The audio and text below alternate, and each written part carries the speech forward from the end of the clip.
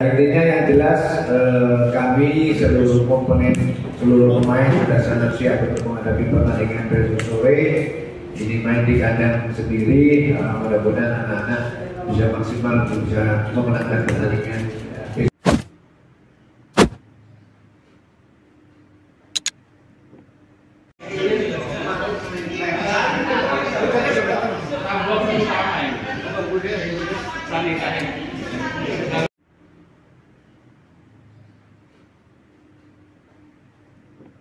Intinya yang jelas kami seluruh komponen, seluruh pemain sudah sangat siap untuk menghadapi pertandingan besok sore.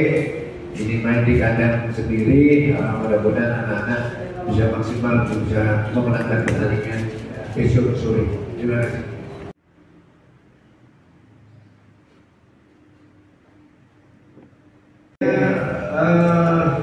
Yang jelas antisipasi untuk pertandingan besok sudah kami siapkan semua. Tinggal bagaimana seluruh pemain menjalankan apa yang menjadi instruksi saya. Jadi semua sudah kami antisipasi, tinggal pemain nanti yang menjalankan di lapangan. Intinya kami sudah siap dengan segala kemungkinan, artinya bahwa mereka juga merupakan salah satu tim yang produktif. Itu sudah kami antisipasi. Ya memang kita tahu Bali dari musim ke musim tidak ada perubahan yang signifikan, justru penambahan pemain. Tetapi bagi kami tidak ada masalah siapapun lawan kami, kami akan berjuang maksimal untuk bisa mengalahkan Bali United besok sore.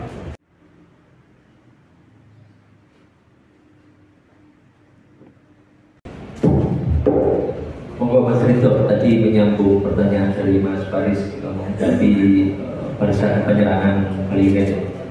Ya pastinya kita evaluasi tentang striker-striker mereka, kita analisis juga, kita pasti menilai gimana mereka bisa mencetak gol.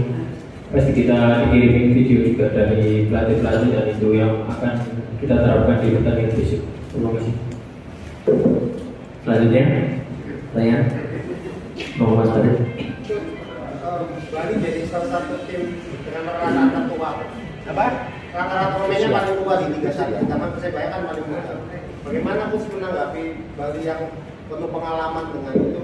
Kemudian selanjutnya dengan pemain-pemain muda apa sih Coach makna pemain muda menurut Coach?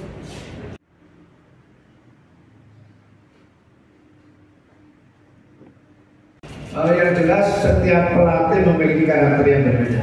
Ya memang di Bali saya lihat tidak ada satupun pemain yang di bawah 19-20 tahun ya. Itu mungkin sudah menjadi karakternya tim Bali dan itu sah-sah saja. Sedangkan kami rata-rata kami juga pemain-pemain muda.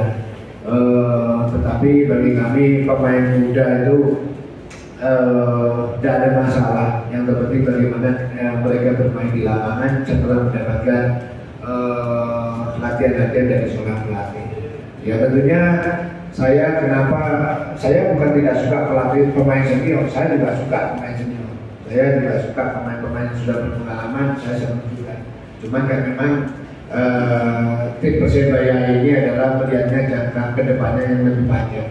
Ya, apalagi kalau saya bisa memunculkan pemain muda, pemain-pemain yang belum punya pengalaman, pemain-pemain yang belum pernah merasakan Liga 1 bahkan Liga 2 pun belum pernah, tetapi kalau saya bisa memunculkan dia sebagai pemain itu menurut saya satu kebanggaan seorang pelatih. Ya, kalau kita bisa melihat talenta-talenta muda yang selama ini belum terlihat, terus bisa kita lihat pelatih punya pandangan bahwa pemain ini bisa berkembang, ternyata itu menjadi kenyataan, yaitu satu kepuasan seorang pelatih, tidak hanya pemain-pemain yang sudah jadi aja. Ya kan, begitu. Seperti contohnya dulu yang masih ingat seperti Kabuaya, seperti Kupu. Dulu siapa yang lihat mereka? Nggak ada orang yang lihat mereka. Tapi alhamdulillah bersama Persebaya mereka bersinar. Itulah kebanggaan orang pelatih, menemukan bakat-bakat muda yang belum punya pengalaman bisa berkembang. Artinya saya kan bisa membantu juga dari prestasi mereka, juga dari kehidupan sosial mereka. Ya kan, itu yang membuat kebanggaan saya, terutama bisa menguntungkan pemain-pemain muda.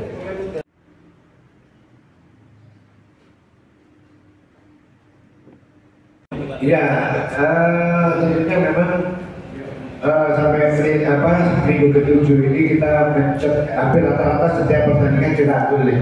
Tentunya saya juga masih punya PR, jadi bagaimana saya kepingin tim saya produktif tetapi juga tidak kebobolan terlalu banyak. Itu yang menjadi PR saya, di mana dalam setiap latihan saya selalu tekankan untuk pemain-pemain bertahan ini benar-benar bisa mengatasi permasalahan di dalam pertandingan yang mana itu materi-materinya semua sudah saya kasih. Jadi tinggal pemain aja mengaplikasikan di dalam pertandingan seperti apa. Menurut saya sih ya kita tahu sendiri ya perubahan tahun ini Persebaya sangat luar biasa, tapi dengan perjalanan sampai ke minggu ke-7 itu menurut saya juga cukup lumayan bagus. Tinggal saya memaksimalkan nanti supaya nanti anak-anak lebih bagus.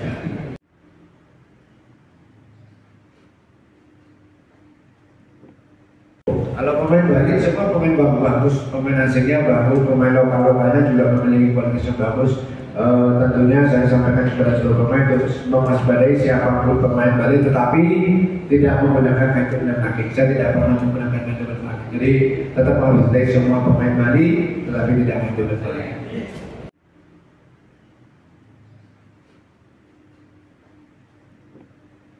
Ya memang kalau kita lihat ya berita-berita terus kompetisi-kompetisi di mana-mana selain di Indonesia, memang jujur kompetisi di Indonesia ini paling kejam menurut saya.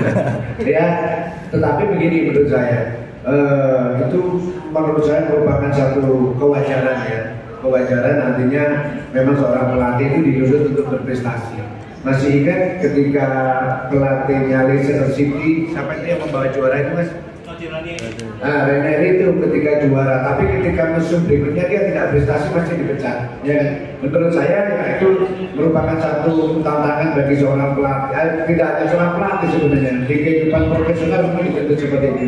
Tetapi yang terpenting adalah bagaimana manajemen itu melakukan keputusan, harus melakukan pertimbangan-pertimbangan yang matang, bukan karena desakan siapapun ini yang selama ini banyak terjadi. Kalau menurut saya ya itu kan dipecat dan tidaknya itu satu yang menentukan adalah manajemen, bukan yang lain kan. Jadi memang harus berpikir ya mempertimbangkan baik buruknya untuk ruginya untuk memecat seorang pelatih. Ya, tapi kalau semuanya memang sudah sangat parah ya mungkin itu menjadi keputusan manajemen. Tetapi yang jelas saya sangat siap dengan prinsip apapun. Saya makanya ini di Indonesia ini sepak bola ini kan bisa dikatakan kecil, makanya harus pemilihan pemain, harus masalah teknis itu harus benar-benar diserahkan seorang pelatih. Kalau seorang pelatih sudah mampu baru bertanggung jawab, bukan umpamanya ada tim yang perekrutan pemain bukan dari pelatih, penyusunan pemain bukan pelatih, itu bunuh diri namanya, ya kan? Tapi alhamdulillah sejauh ini di Persebaya mulai saya masuk tahun 2019 sampai sekarang tidak pernah satupun bahkan presiden pun mengintervensi saya, tidak pernah. Beliau benar-benar menyerahkan seluruh tim ini diserahkan kepada seorang pelatih. Memang seharusnya seperti itu. Jadi menurut saya dengan banyaknya tim pelatih yang sudah nggak lagi menangani di klubnya itu, ya inilah memang sepak bola memang seperti itu. Walaupun memang di Indonesia ini agak kejam daripada negara-negara lain. Seperti itu.